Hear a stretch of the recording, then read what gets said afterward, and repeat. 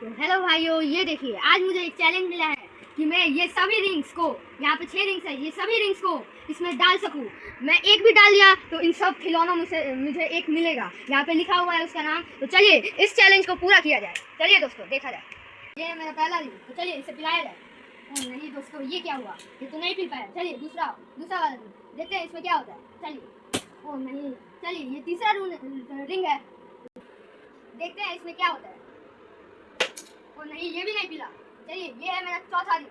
चलिए इसमें देखते हैं कि क्या होता है, आखिर में ये रिंग पिलता है या नहीं। और नहीं, ये भी नहीं पिला। ये देखिए देखिए ये है मेरा पांचवा रिंग। देखते हैं ये पिलता है या नहीं। ये मेरा लास्ट रिंग है, इसे देखते हैं कि क्या होता है, आखिर में पिलता है या नहीं। ओ ये मैंने जीत गया। मैंने क्या जीता है? एक ड्रोन। ओ भाई साहब, मैंने ये ले लिया, ये ड्रोन ये मेरा हो गया।